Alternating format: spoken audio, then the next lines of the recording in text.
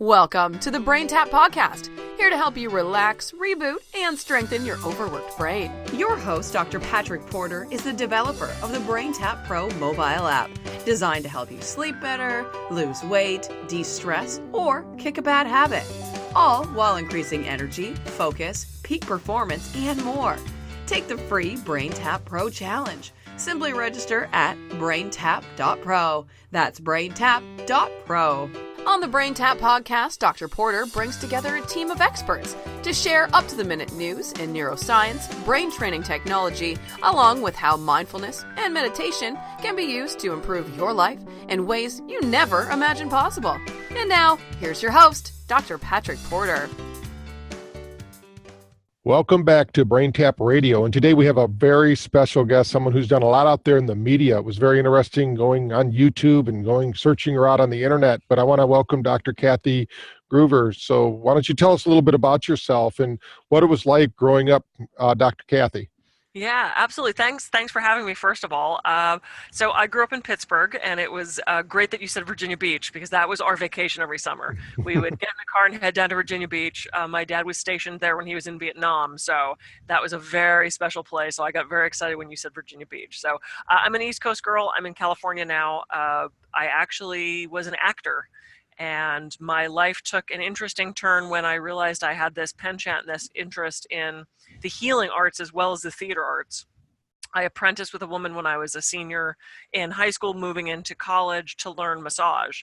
And that was something that stuck with me all this time. So it went from massage to herbs and homeopathics to hypnosis to Reiki and writing books and studying at Harvard. And I tell people I simply followed the breadcrumbs. And I just said yes to opportunities that came up because I am endlessly curious. And to me, the more I know, the more I can help other people. So I have this acting background, which helps with the media stuff, and this healing background, which helps once I'm in front of everybody. So yeah, it's been an interesting journey. That's great. Well, tell us a little bit about when you got to California. Did you start acting in Pittsburgh, or was it in California when you started that part of your career? Yeah, I started acting in Pittsburgh. I got on stage for the first time in 5th grade, and I swore I would never step off. And I guess I kind of haven't, because now I'm doing, motivation. I joked with someone. I said, now I'm still on stage. I'm just in a different outfit with a different accent. But it's the same. To me, it's entertainment. I love doing that. So yeah, I started acting when I was just a little kid. I started dancing when I was old enough to have shoes put on my feet. And so that performance background has really been a giant part of my life. And my mom passed away when I was 18. She had cancer. And I think that's not the exact thing that propelled me into the healing work, but it certainly contributes. You can't live through that and watch that go on without that affecting you in some way. So I think that definitely contributed to my interest in finding alternatives for people. So tell us how, coming from there, an actor and actress usually don't hear that also put in the same sentence with Harvard, because you're usually thinking more analytical, logical thinkers. I know they do have creative areas there, but tell me how that connection happened. Yeah, when I was working on my dissertation, I was doing my dissertation on mind-body medicine, and thank God for the Google, because I was finding so many studies and so much information, and found this class at Harvard, this week-long course with like the rock stars of mind-body medicine. And I kind of went into my husband's office and I said, there's this class at Harvard I want to take. And he goes, oh, good, you should take it. I said, but it's at Harvard. He said, yeah, you should take it. I said, it's really expensive. He said, it's a tax write-off. Go take the class. I said, yeah, but it's mainly for physicians. And he looked at me and he said, 1, when have you ever been intimidated by physicians? 2, you clearly want to take it, but 3, you sound to be talking yourself out of it. So Miss Mind Body, go to Harvard. So I signed up for the course and went, and I've studied with them 4 or 5 times now. I go back at least once every 2 years to do their courses. Oh my God, it's my favorite thing. I know that you're doing a lot with mind body and that, and there's a lot of your videos talk about stress, and you just finished a project with the military. So tell us a little bit about that, how you created it, what got you into that part of the business, if you will, and what our listeners can learn from that experience. Yeah, I took components that I was already familiar with, so I really pulled a lot from my dissertation and a lot from what I learned at Harvard, and I put a 5-fold program together, and it consisted of breath work, which that's the basis of every relaxation program, whether it's yoga or Tai Chi or Qigong or meditation or even martial arts. That is that anchoring into the present moment. So I started with the breath. And then I added techniques onto that. I talked about a mini meditation as opposed to formal seated meditation, which a lot of people can't do. They don't want to. It's too hard. It's time consuming, frankly, also. I did put in mindfulness practice, and then I also added affirmations and visualization because I wanted a combination of things that could be done in that moment of stress. If you're on the battlefield, you don't have time to plop down and do a formal seated meditation. So I was trying to make it flexible enough that it was something they could do in the moment, but also practices they could build on over time, so that if you're sitting in the barracks, you might want to do a formal seated meditation. So I tried to pull variety from it. We made it as far as the second round, and then they said, no, thank you. So we didn't get to create it, but now that's the program I teach everyone. And I do a lot of work with first responders, really high stress individuals like attorneys and doctors, teachers, nurses, kind of us all.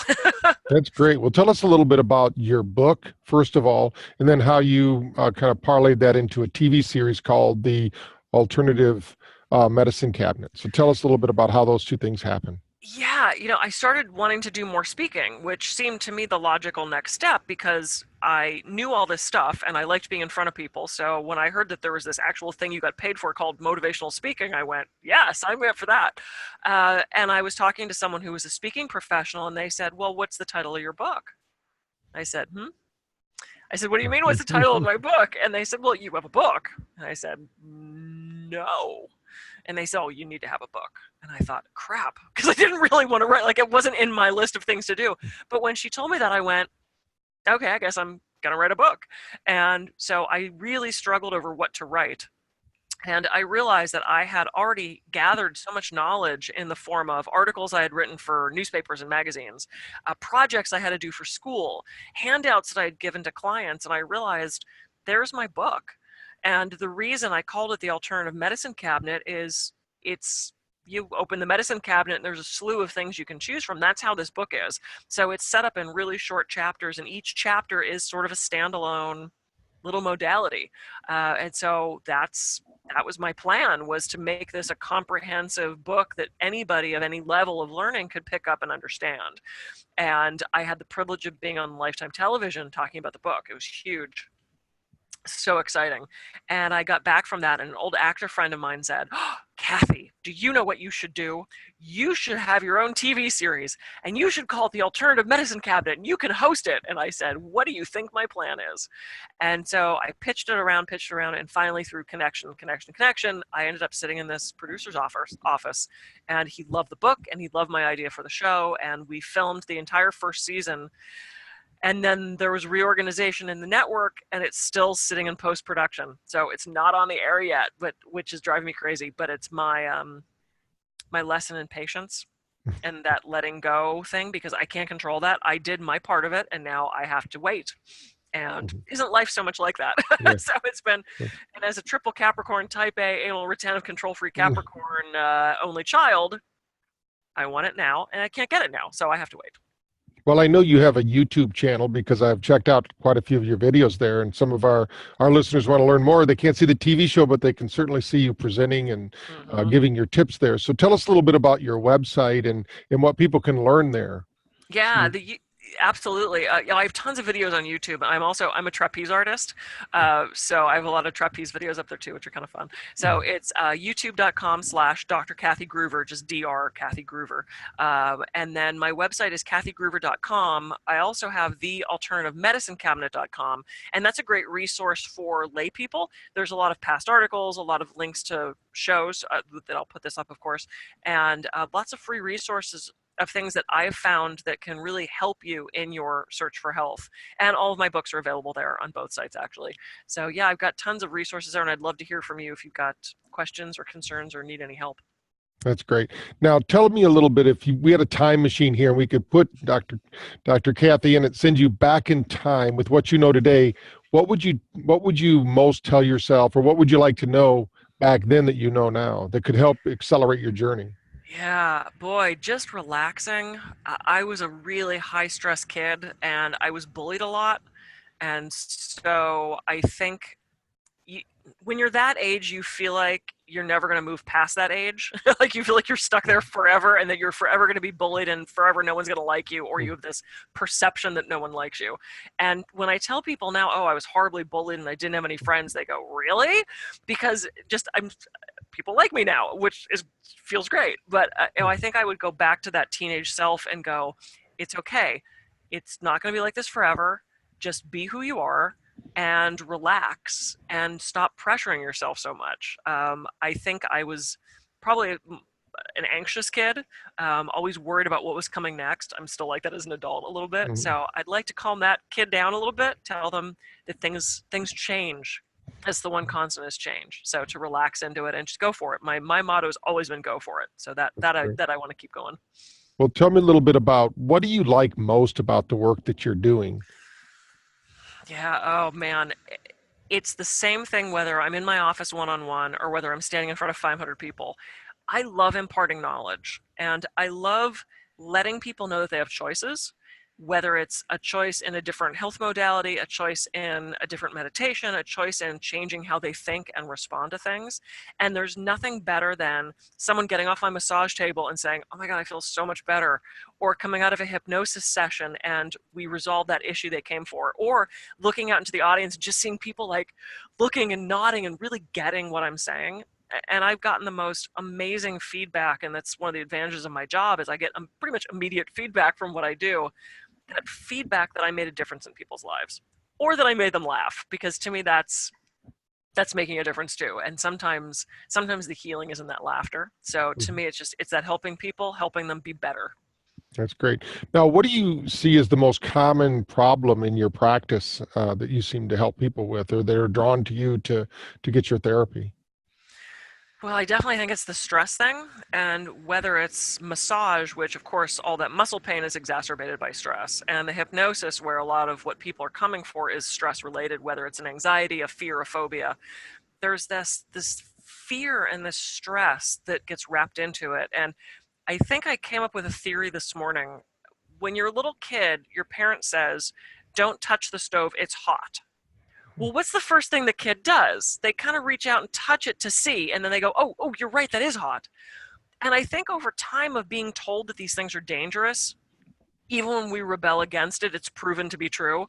So I think now as adults, when we want to do something and somebody says, oh, you can't do that, or that's not going to work, or that should be scary, or, I think we revert back to that little kid of, oh, no, you're right, I better not touch the stove because what if it is really hot? And I think that's kept so many of us frozen, because we listen to this input of people around us and we're afraid to take that next step, even if it could be really, really good for us. So I think there's this fear, I think there's this influence from other people, and that's huge. That outside influence keeping us stuck is gigantic. I know a sense of purpose and mission drives a lot of people in this industry of natural medicine. So what do you think is the most important for you in this scope of practice and care for people? What is your, when you get up in the morning, what drives you, and what do you think is most important about this natural medicine? Again, it goes back to the letting people know they have choices. I've done a lot of myth debunking about what natural health and alternative medicine is. I think there's a lot of still very bad misconceptions. And on the flip side, that there is a lot of stuff that's frankly crap. I mean, there is a lot of stuff that is going to take your money and not give you anything. So it's a matter of distilling, sifting through that panning of the gold and finding those nuggets of truth and those nuggets of things that will help that individual, and throwing away that stuff that really is a scam. But in order to have health freedom in this country, unfortunately, even those things that are maybe so fringe they're not actually doing something, we kind of have to let them be there, or else where do we draw that line? There's a big argument right now going on about homeopathics. I'm a huge fan of homeopathics. I think they're great, but there's a huge faction of people that think they're BS. So who wins on that? I want access to the medicines that I want access to, and they don't think I should. And it's a slippery slope. It's a tough line to draw. So I think one of the things that I wake up every day to do is educate people. Again, let them know they have other choices, and really dispel some of those myths and encourage people to try something new and get out of their comfort zone. Right. Can you share with us a product or a technique or a service that you think our listeners need to know about that maybe they don't, or maybe just to kind of accentuate what's out there and what they should go be seeking? Yeah, I want to touch on two just real quick if I could, since I just brought up homeopathics. I think one of the reasons people don't think homeopathics work is they're not using them right. If you go to a trained homeopathic physician, it's a very specific system of medicine. And I think the downside of walking into your local drugstore or your local health food stores, you see all these little vials with one word on it like PMS or headache or anxiety, and you take that vial and it's a combination of different things, and you take that and you expect it to act like an Advil, where, what do you mean I still have a headache? It doesn't work that way.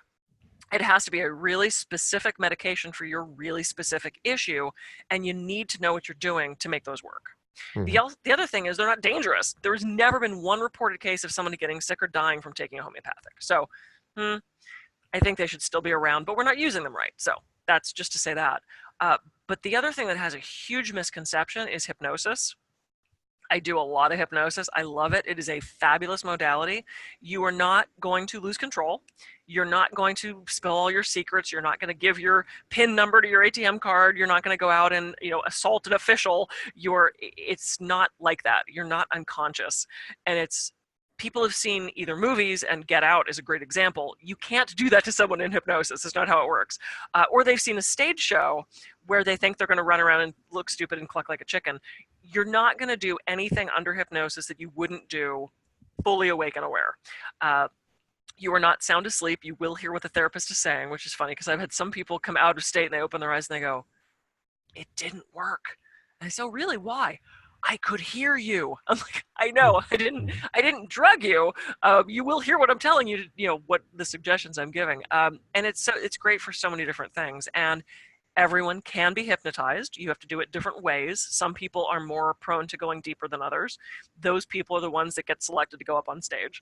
But it's a great modality, and I really encourage you to find a trained hypnotherapist or trained hypnotist and look into that if you have issues with anxiety, sleep, smoking, pain. I do a lot of work with pre and post-op. Hypnosis is amazing for helping with surgical procedures. So there's a couple of my ones I like to share because there's a lot of myths about those.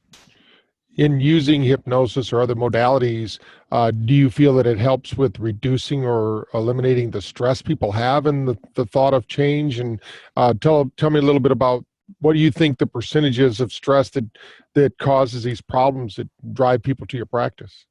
Yeah, well, right now, just the statistic is 60 to 80, some say 90% of our doctor's visits are from stress-related illness.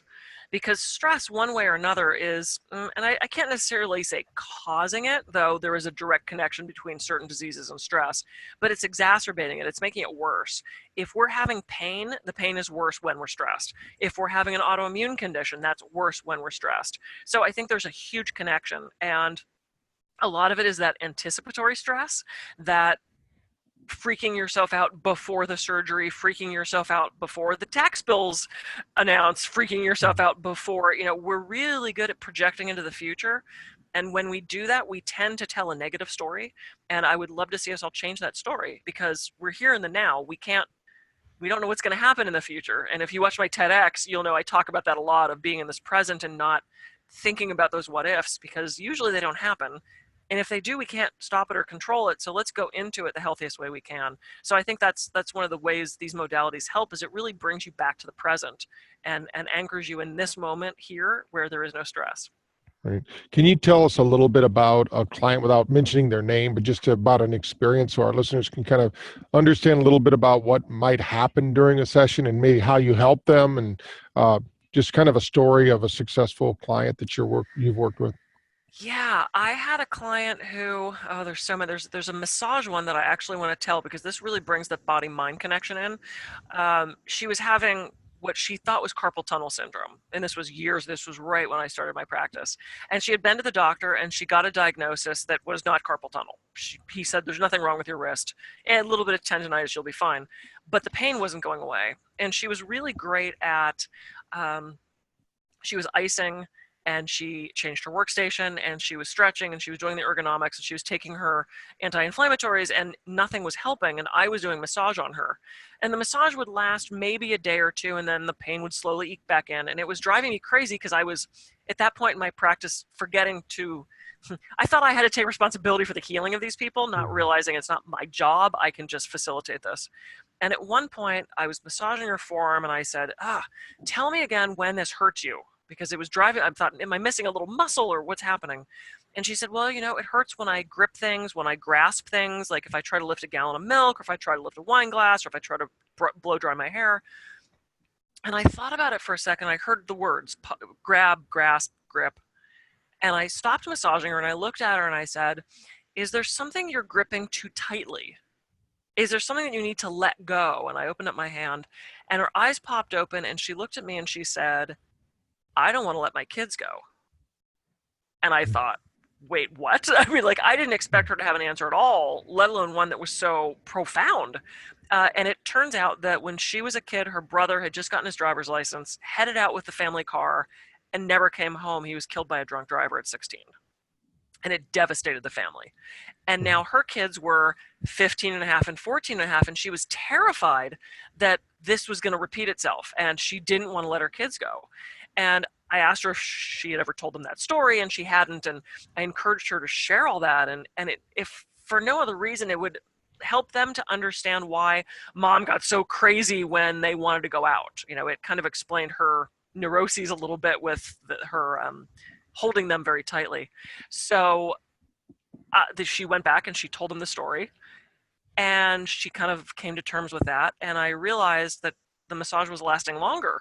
It was now lasting 4 or 5 days and not 1 or 2. And then she said, can we try doing every 2 weeks instead of every 1? I said, yeah. And then it was every 3 weeks, and then it was once a month, and then I never saw her again.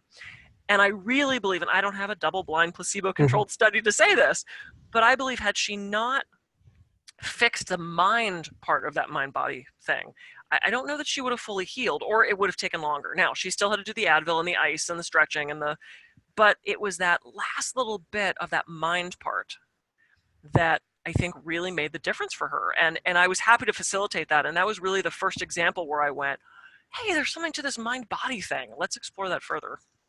Right.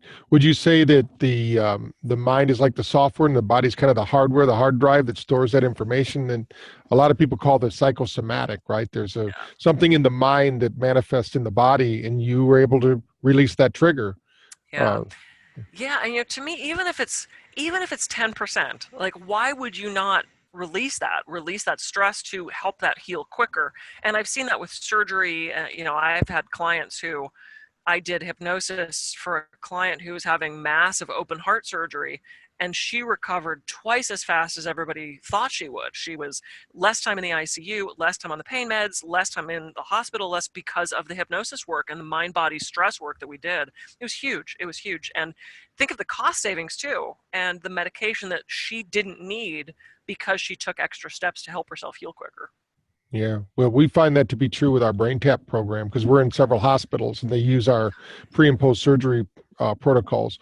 So, I mean, when the body's relaxed, it can heal. When it's stressed, it can't. There's no blood flow, no circulation, no nutrients. So we need to get rid of those things. So what do you think the biggest challenge is that you're facing right now in practice or in the world that you'd like to share with our listeners? I think we've moved into a place of global stress, before it was, you might be stressed about your job, or you might be stressed at some family dynamic, or maybe your neighborhood was having an issue. But now with social media and this 24-hour news cycle, we're finding out things that are happening across the globe so quick, and it's in our face in such a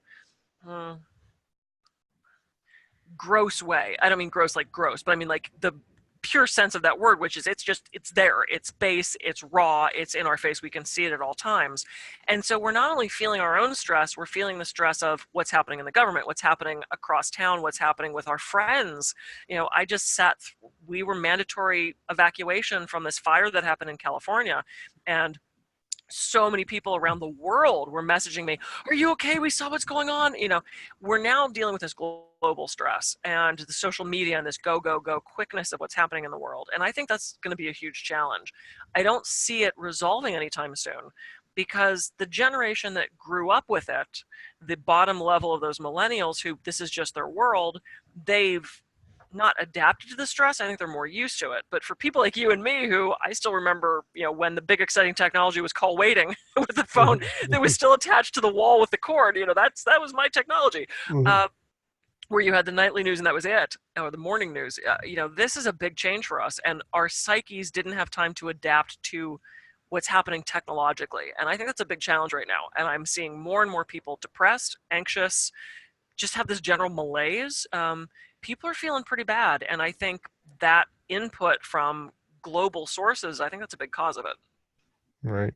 So tell me a little bit about the best advice through the years and all the people you've went to, from Harvard to being in actor school. Tell us a little bit about the best advice you've ever received. Oh, wow. Okay. Boy, that's a really tough one. I think it's got to be that presence. I've done a lot of programs with Eckhart Tolle. I've not had a chance to study with him in person, but I've read his books. I do his videos and his CDs and all that stuff. And we do really get trapped in this ego of thought, and we think we are our thoughts. And that is such a trap, and it's so dangerous, because our thoughts, like I said, they can go off to some future, and it's completely not true. And all we have is this moment.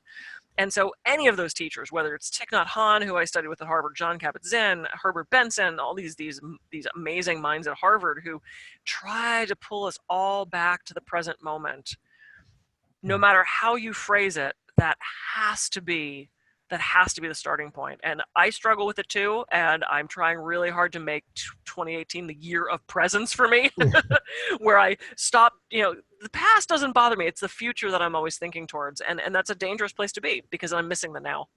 Right.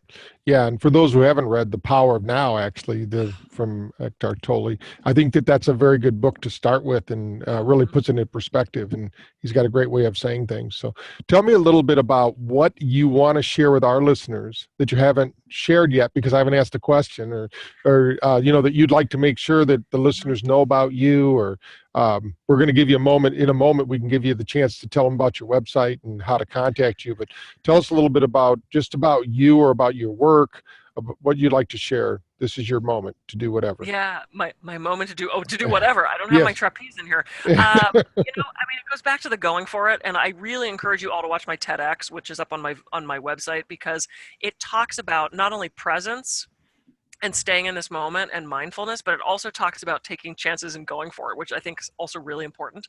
I want to share my mini meditation, because it's my favorite modality. I learned this at Harvard when I was studying with Herbert Benson. I'm a terrible meditator. I'm very type A. East Coast, walk fast, talk fast, tell me to sit on a pillow and stop my body. Nope, dancer, not going to do it. But I learned the mini meditation, and if I can do it, any of you can do it. And it's as simple as concentrating on your breath and really paying attention to that rise and fall of the chest. And on the inhale, you think, I am. And on the exhale, you think, at peace. And you just keep repeating that over and over again. I am at peace. And when other thoughts intrude, not if, because they will. When other thoughts intrude, you just miss them without judgment. Say, oh, I was thinking, okay. And you return to the breath and the I am at peace. And I gotta say, this has saved me. I do this multiple times a day, and it has become the gateway drug, for lack of a better word, to lead me to formal seated meditation, because it gave me the right tools in the right order to really calm my mind and to let those other thoughts go, and not beat myself up of I'm doing it wrong and this is hard. So the mini meditation, I'd love to share that with you guys. So that's my little gift to you guys, is trying that mini meditation. Okay, well, I appreciate that. And now tell the audience now a little bit about where they can go. I know they can search out your name, because it came up very easily for me when I Googled you. But tell them, if you can give them the specifics of your website, or where you'd like them to go to learn more about you. Yeah, absolutely. So I've got two sites. KathyGruver.com is really my speaking website, because I do go all around the world, and I help people with their stress using those practical tools that I talked about that started out for the military. So KathyGruver.com is how to learn more about my programs. My books are there. My TEDx talks on the homepage. And then there's thealternativeMedicineCabinet.com, and there's more for the general public. There's a lot of resources, a lot of past interviews and articles and really good things like that. Also, my books are there too. Both places have links to my YouTube channel where you can see not only health videos, but also trapeze videos and fun stuff like that. Some of my past talks are there as well. And yeah, just check it out. And if I can help in any way, let me know. I can do stress reduction stuff and hypnosis over Skype or Zoom, and definitely here live and in person in lovely Santa Barbara, now that we're not on fire. Yeah. That's a great area. I know that been out there. I used to live in Northern California till my grandkids were born, and my wife decided she was moving to New Bern, North Carolina, and said, if you'd like to visit me, you can come there. So so I'm here. It's a little different than San Francisco, but we love it. The weather's a little different. I lived in Virginia Beach for 12 years and things of that. So I really appreciate you spending your time with us, enlightening our audience about what you do and how you do it. We're always looking for cutting edge people out there who are sharing with the world about how to improve their life, especially in the areas of stress and brain health. So thanks again for being there. Thanks again for helping us to change the world one person at a time. So in closing, anything else that's come to mind now? This is your last chance. We're going to close out the podcast and move on. Just go for it. Take one thing today and try something new, whether it's a different route to work or a different lunch place or a different meal or a different thought. Just try something new, go for it, get out of your comfort zone and take a risk today. There you are. Thanks again for being on the radio show, and we look forward to doing more with you in the future. So thank you. Thanks for having me. Appreciate it. This show has been produced by Market Domination, LLC. To discover how you can have your own show completely done for you and turn it into a real published book and become the authority in your marketplace, go to www.marketdominationllc.com/podcast offer.